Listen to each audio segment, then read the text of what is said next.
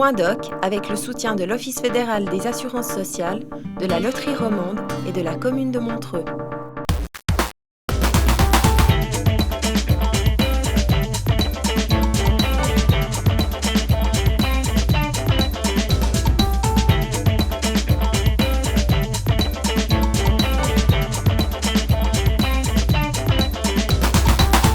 Accroche-toi, voici Point Doc, une émission sur plusieurs partitions. Tout d'abord une enquête consacrée à 2 écoles de musique, le Funambule, une petite entreprise helvétique, et la Nouvelle Star, une multinationale française et mercantile à laquelle a participé notre cobaye Julia Laurence. J'étais dans la fosse, quoi. J'ai vu comment ça se passait. J'ai vu comment on manipule les gens. Nous battrons la mesure avec Reverb, une formation neuchâteloise de jeunes trashers en quête d'émotion. Nous voyagerons aussi vers Dudingen pour rendre hommage au fameux Bad Bone, un club mythique mais pas trop fric, car le but c'est la pratique. Faire des concerts et puis surtout juste jouer de la musique même si c'est pas en public. Nous aurons aussi des lives avec Mark Kelly, un troubadour qui chante l'amour, les Mondrians de la pop fleurie et joyeuse, enfin l'ex-chanteuse de Sens Unique Déborah, nouvelle version en pleine reconversion. Évidemment, il est important de pouvoir vivre de sa musique et de pouvoir en vivre bien.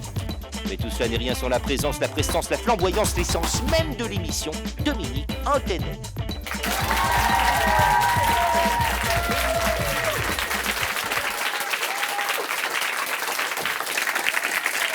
Bienvenue dans cette nouvelle édition de Point Doc consacrée aujourd'hui à la musique. D'un côté, il y a les castings, de l'autre côté, les émissions de télé-réalité. Est-ce vraiment la panacée pour donner la chance à un jeune, à un groupe de se profiler sur le marché de la musique? Nous allons tenter de répondre à cette question, non pas seulement en compagnie de nos invités, mais également du public nombreux qui s'est rejoint à moi pour cette émission. Alors, je vous propose tout de suite de voir quels invités nous accueillons sur notre plateau. Ladies first, nous faisons un petit honneur aux dames. Elle s'est fait connaître grâce à un groupe qui s'appelle Sens Unique et elle embrasse une carrière solo maintenant. Je vous prie d'accueillir avec des applaudissements nourris notre première invitée, Déborah. Bienvenue, Déborah. Il est directeur commercial chez Universal Music Suisse et il en connaît un bout sur le monde de la chanson. Et si on lui parle de télé-réalité, je suis certain que là aussi, ça lui fait un petit peu un tilt. Je vous propose également de l'accueillir sur notre plateau. Il s'appelle Jean-Marie Fontana. Bienvenue, Jean-Marie.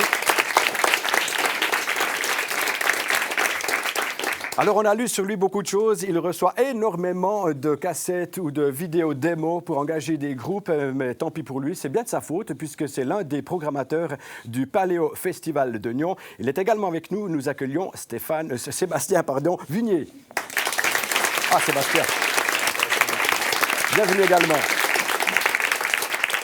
Et je le disais, bien sûr, il n'y a pas que nos invités, il y a également le public. Et une question qui me taraude l'esprit, c'est de savoir, est-ce que ce public qui nous a rejoints, qui fait partie de cette tranche qui aime bien ces télé-réalités, est-ce que ce public est intéressé, un jour ou l'autre, à participer à une émission de télé-réalité? Petit sondage, qui serait intéressé à se faire engager pour faire partie d'une aventure Star Academy? Levez les mains. Quelle foule! Donc, ce qui veut dire que normalement, on devrait avoir la confirmation que tous les autres ne sont pas intéressés. Est-ce le cas qui n'est pas intéressé? D'accord. On va savoir si votre avis va changer. En regardant ce reportage, on s'est rendu un petit peu dans les coulisses de ces télé-réalités. On aura bien sûr aussi un parallélisme avec une personne qui n'est pas vraiment forcément intéressée par tout ce qui se passe au niveau médiatique et dans ce monde de la télé-réalité. Reportage. Véritable phénomène du paysage audiovisuel, la télé-réalité fait des ravages dans l'audimat de ces dernières années. Dans les coulisses de ces émissions, des gens comme Thierry Ventouras se frottent les mains, car l'actuel responsable de l'unité divertissement de la télévision suisse romande n'est autre que le patron de la première saison de Nouvelle Star, diffusée sur M6. La société aujourd'hui elle-même a créé un certain nombre de déviances et je pense que le phénomène de la télé-réalité s'inscrit comme étant une alternative. Elle amène en fait un certain nombre de rêves, rêves qui très souvent et pour la plus grande majorité se terminent plutôt comme cauchemar que plutôt comme un rêve, clairement. Un cauchemar que Julia Laurence a vécu de près. En 2004, il participe à la Nouvelle Star en espérant décrocher un contrat qui lui permettrait de vivre de la musique, une passion qui le motive depuis plus de 20 ans. La scène, c'est quelque chose qui... C'est un moment tellement intense dans ce qu'on vit, dans ce qu'on reçoit surtout, et ce qu'on peut donner. Alors bien sûr, il y a des soirs où c'est plus fort que d'autres, il y a des moments où c'est plus fort que d'autres. Des fois, il y a de la magie pendant 10 secondes, mais s'il y a cette magie pendant 10 secondes, ça suffit pour recharger les batteries. Des batteries pleines, Julien en a besoin pour poursuivre son travail de chanteur. Aujourd'hui, il choisit ses apparitions télévisuelles et des émissions comme les coups de cœur d'Alain Morisot de la télévision suisse romande sont de l'eau bénite comparées aux coulisses de la Nouvelle Star.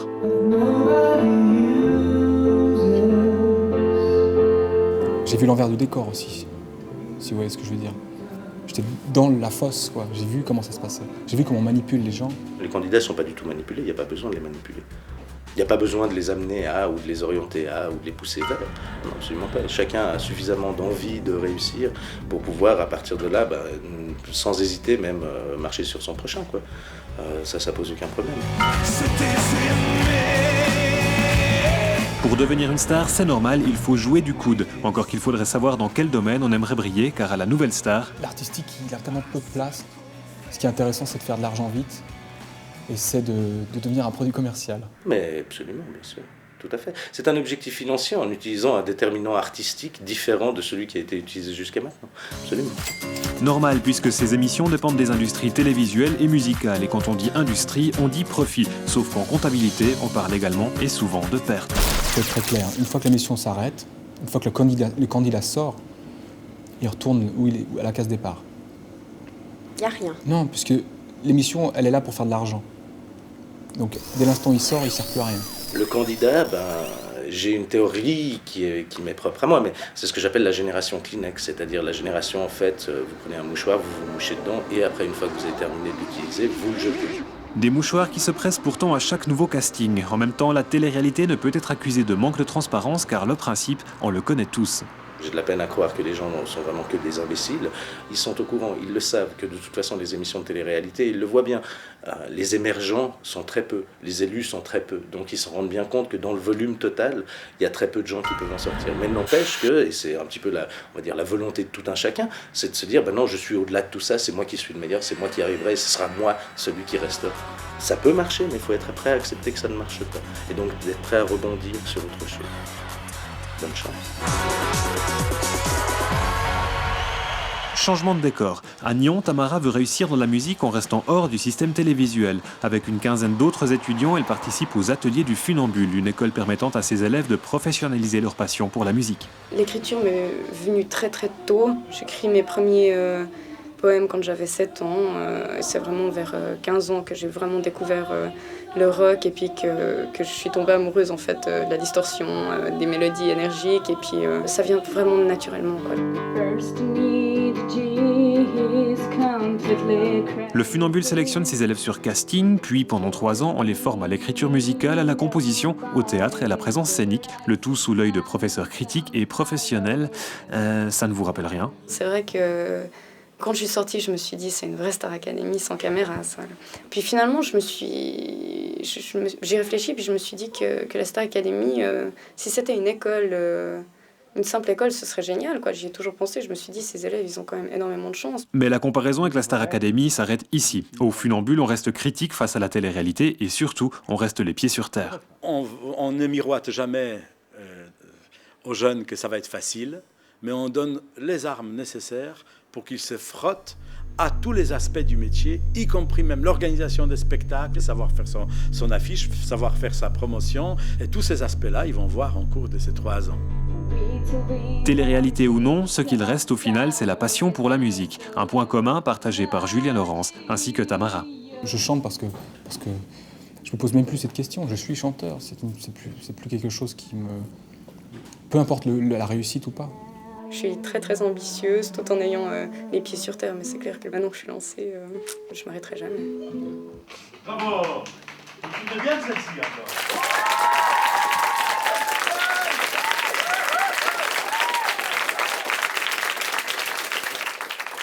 Alors Déborah, je l'ai dit en début d'émission, tu as fait quelques tournées, quelques petits concerts avec un groupe relativement bien connu. Mais finalement, on est là aussi pour parler de ton actualité en tant que chanteuse solo. Deuxième album qui vient de sortir. Est-ce que pour toi, ça aurait été une aide de participer à une Starac? Est-ce que tu aurais voulu participer à une de ces téléréalités? Alors, une aide, ça peut toujours en être une parce que, évidemment, ça peut être un piédestal. Après, il faut être quand même suffisamment fort pour éviter la dépression nerveuse. Hein. Oui. Parce qu'à mon avis, comme l'a dit Julien tout à l'heure, c'est quelque chose qui est très, très dur à considérer par la suite, à vivre, quoi. Mais oui, je pense que ça aurait pu être quelque chose d'intéressant. Pourquoi pas? Après, il faut savoir se diriger et surtout être entouré des bonnes personnes, à mon avis. Mais maintenant, moi, je suis trop vieille pour ça, il semblerait, puisqu'ils les prennent plutôt jeunes. Et puis, je crois que j'ai un petit peu trop de caractère. D'accord. Aussi. Caractère bien trempé. C'est-à-dire que je sais ce que je veux, quoi. Jean-Marie, un caractère trop bien trempé dans ce monde-là, et c'est pas plutôt ce qu'on recherche, justement? Je pense, oui. On cherche plutôt des caractères que des gens fades, parce que les gens fades, c'est comme tout ce qui est fade, ça passe, ça n'a pas d'intérêt. Et puis Déborah qui a du caractère, si, elle serait bien placée à la Starac. Donc, en fait, tu es bien entouré, hein, aussi bien avec Sébastien qu'avec Jean-Marie. C'était voir que vous voyez un petit peu ensemble après cette émission. Jean-Marie, est-ce que toi, tu signerais avec quelqu'un qui sort d'une télé-réalité, ou bien est-ce que c'est plutôt quelque chose qui pèse sur une carte de visite? Alors, il ne faudrait peut-être pas oublier, les concepts TV musicaux, c'est d'abord des concepts TV. Je veux dire, nous, les compagnies de disques, on est en quelque sorte un petit peu le recyclage. On est ceux qui sont censés réaliser le rêve qu'on promet dans ces émissions. Après, il y a des artistes. Et des artistes, nous, on le voit très souvent à la Star Academy, qui n'a pas tout à fait le même concept que la Nouvelle Star. La Star Academy donne la possibilité à chaque artiste de faire un single, tandis que la Nouvelle Star n'a pris que le gagnant et a éliminé les autres sans qu'un produit ou un disque se réalise.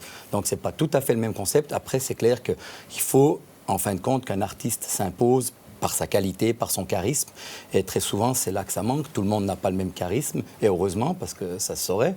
Et nous, on a eu le Music Star en Suisse allemande, et l'artiste qui a le plus de succès à l'heure actuelle, c'est celui qui n'a jamais été en finale. Donc, et on l'a signé quand même.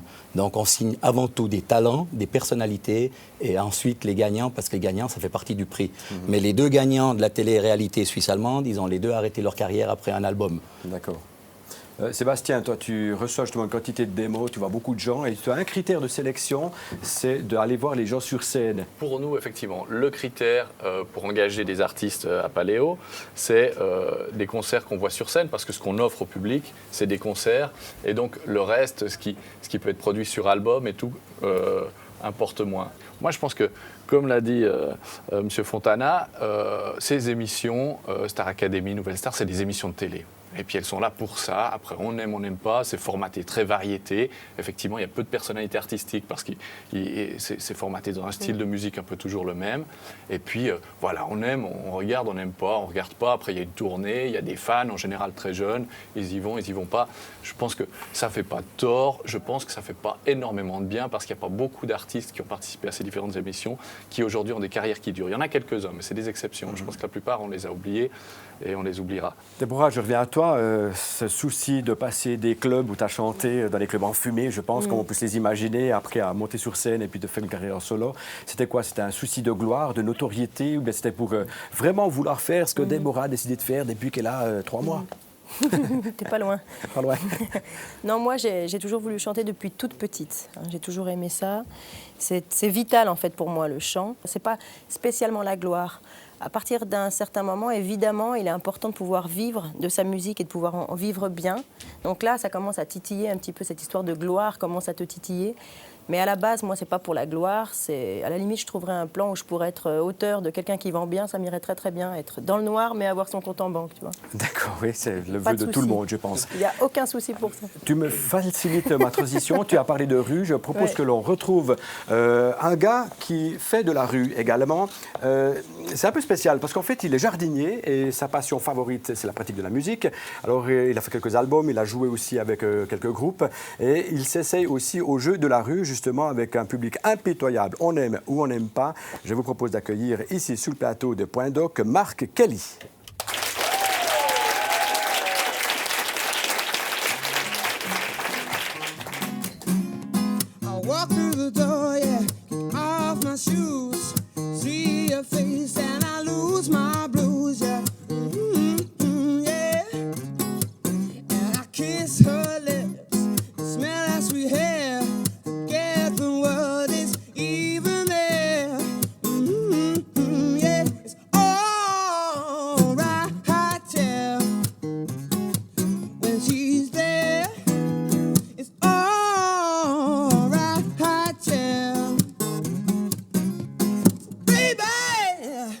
Baby, darling.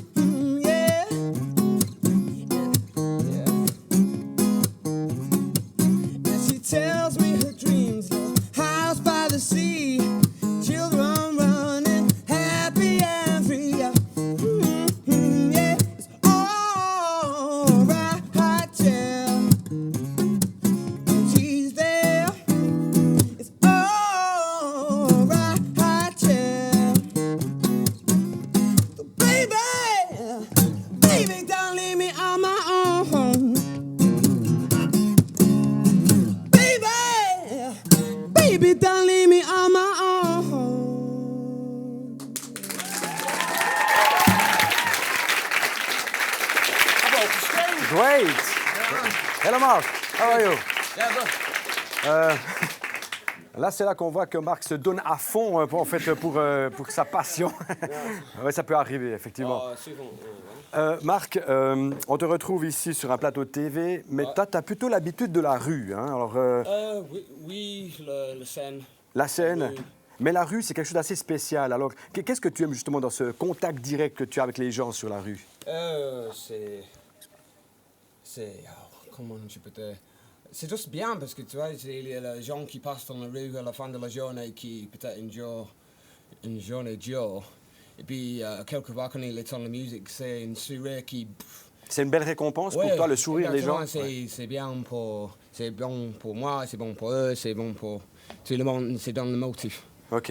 Great. Je te souhaite une très, très belle carrière. Je crois qu'il faut te rendre au bord du lac. Il y a tes fans qui t'attendent. Oh. Tu prends ta gratte. Et puis, oui, c'est le canard, l'oiseau. Oui, ils aiment bien. C'est OK. Alors, bonne carrière à toi. OK, Marc. merci bien. Marc Kelly. Allons l'applaudir encore une fois. Il y a un groupe que l'on a appris à connaître, que vous allez apprendre à connaître grâce à notre prochain reportage. Ce sont des Neuchâtelois assez jeunes, ils s'appellent Reverb, et ils se lancent aussi un petit peu, enfin ils espèrent en tout cas se lancer à l'assaut des scènes. C'est pas si facile que ça, pas très simple. Et à l'inverse de ça, il y a une société qui propose un tremplin, une scène en tant que podium pour ses futurs groupes, qui s'appelle Bad Bone. Je vous en dis pas plus, je vous propose de voir le contenu de ce prochain reportage. On a tous chacun notre style de musique, chacun montre un peu ce qu'il aime faire. Alors tout ce mélange, ça donne quel style à la fin? Reverb. Voilà. Au départ se trouve la passion. Passion pour un style, passion pour la musique ou encore passion pour la scène. Et cette passion, le jeune groupe neuchâtelois Reverb la vit depuis 7 mois. Il y a des moments où on s'engueule et puis on se déteste et le lendemain on se prend dans les bras. Enfin, c'est un groupe, c'est tout. Et comme beaucoup de groupes, Reverb est attiré par la scène. Mais actuellement, cette ascension reste difficile, surtout quand on est jeune et malgré toutes les bonnes intentions du monde. Moi, je pense que le plus important quand on est sur scène, c'est que les gens partagent ce qu'on joue. Parce que finalement, on est là pour notre plaisir, mais surtout pour leur faire plaisir à eux, quoi. Il faut juste que ça soit brut et puis... brut et brutal, voilà. Mais voilà, la concurrence est elle aussi brute et brutale, puisqu'on dénombre en Suisse plus d'1 millier de groupes de rock comme Reverb. Pour partager cette passion de la scène, on se bouge à Dudingen, de la campagne fribourgeoise. C'est ici que se dresse le Bad Bone, discrète salle de concert au potentiel immense. Ici, la musique est vécue quotidiennement depuis 1991. Le concert, c'est quand même un truc différent qu'un CD, quoi. Et puis le rock, ça bouge plus. Je pense qu'il y a pas mal de gens qui ont découvert la musique parce que nous, on a organisé des concerts, quoi. Il faut dire que la programmation du Bad Bone a de quoi impressionner. Les groupes internationaux et locaux s'y côtoient et la qualité des concerts fait rayonner le club bien au-delà des frontières fribourgeoises. Alors forcément, moi aussi je veux y jouer. On ne peut pas inviter tous les groupes, quoi.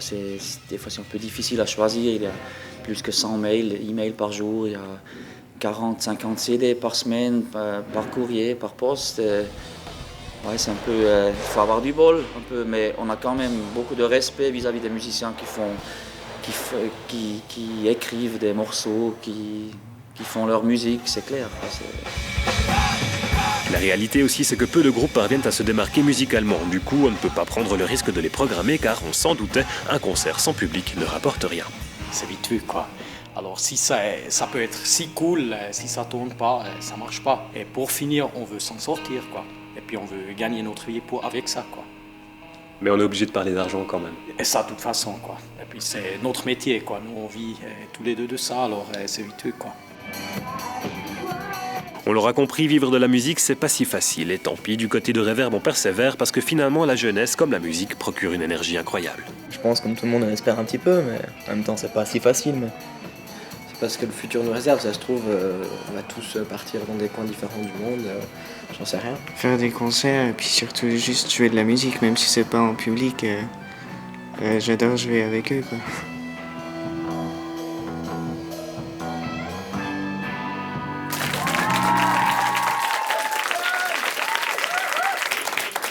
Sébastien, on l'a vu dans ce reportage avec le groupe Reverb, ils aimeraient se lancer sur scène. Quand ils vont se présenter dans différents endroits, on leur dit « Ouais, mais est-ce que vous avez des références ?» Ben non, justement, on aimerait avoir des références, donc il faut qu'on puisse monter sur scène. Oui, mais venez quand vous serez monté.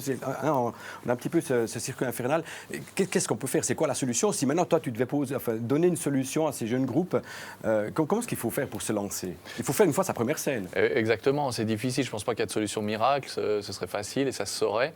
Je pense qu'il y a 1000 manières, mais la première chose, c'est de commencer petit à petit, et un des très bons outils, c'est les clubs. Et ce reportage était bien fait parce qu'il y avait le trait d'union entre un groupe qui débute et un club, justement le Bad Bone, qui est un lieu qui est petit mais qui fait quasiment que de la découverte. Et dans chaque ville, à peu près, on a de la chance. Dans notre pays, même dans les plus petites villes, il y a un petit club. Et c'est en général là que les musiciens ont leur premier contact. D'abord, ils y vont en tant que spectateurs et tout. Ensuite, peut-être, ils réussissent à passer, à jouer d'abord sur une scène libre, ouverte, ou en première partie d'un groupe.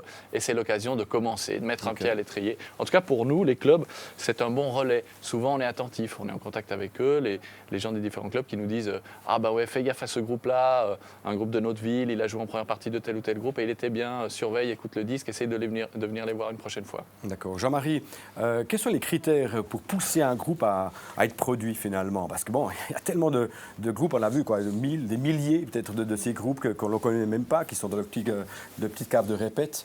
On regarde à quoi? Bon, je pense que la première chose qui est importante, c'est qu'il soit lui-même. Et pas une copie ou une pâle copie de quelque chose, parce que copier quelque chose, c'est toujours très difficile du fait qu'on est là devant l'original, et l'original, comme dans tout, on préfère que la copie. Ensuite, il faut impérativement qu'ils ont la niaque, comme on le dit. Et je crois que dans la jeunesse musicale suisse, c'est un tout petit peu ce qui manque du fait qu'on a une vie quand même relativement confortable dans notre pays. C'est pas un tremplin dont on peut éventuellement réussir une échelle sociale.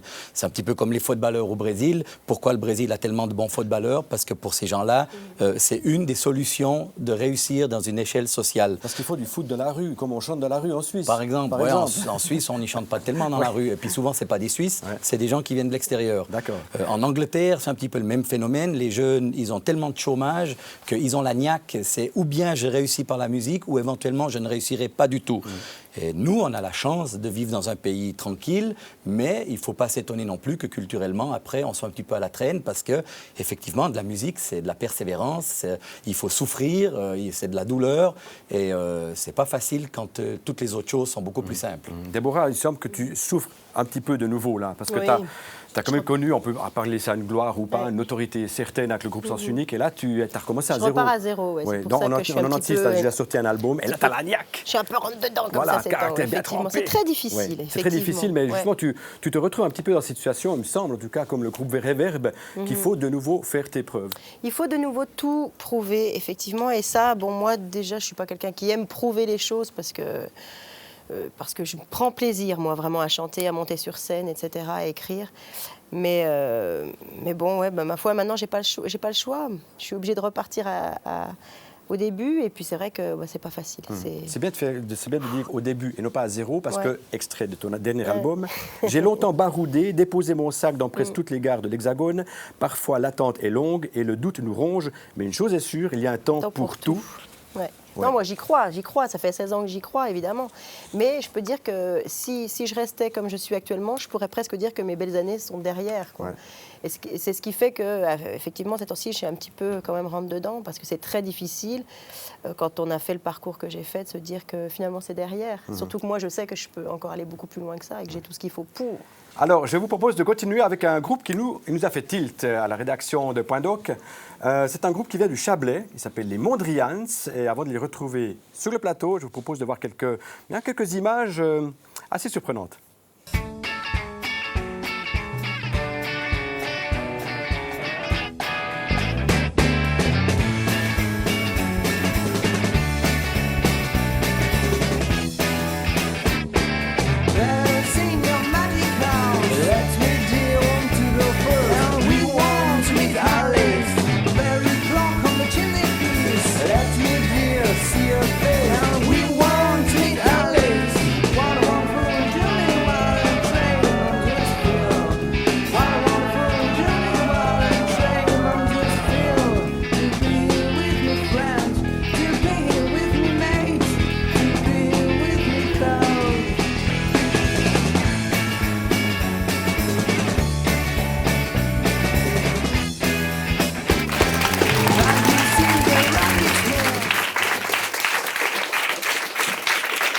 Alors, sur le plasma, nous avons une phrase de Nietzsche. Sans la musique, la vie serait une erreur.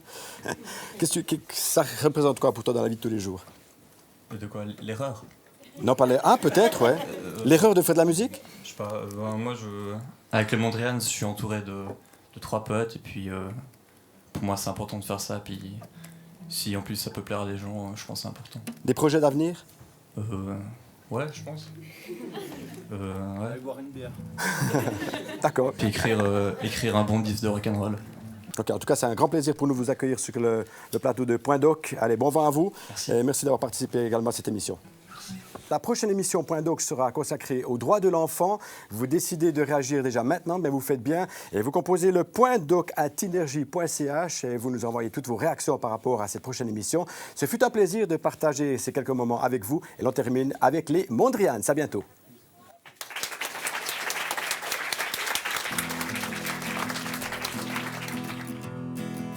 So you think the little things will come to change your way, and the boys down in the street are here to come and stay. And she says she wants to run further than everyone, and you know this kind of thing. It's alright, da-da-da-dum. It's alright, da-da-da-dum. It's alright, da-da-da-dum. It's alright. I can just sing the poet's lyrics. They laugh when he said his ends.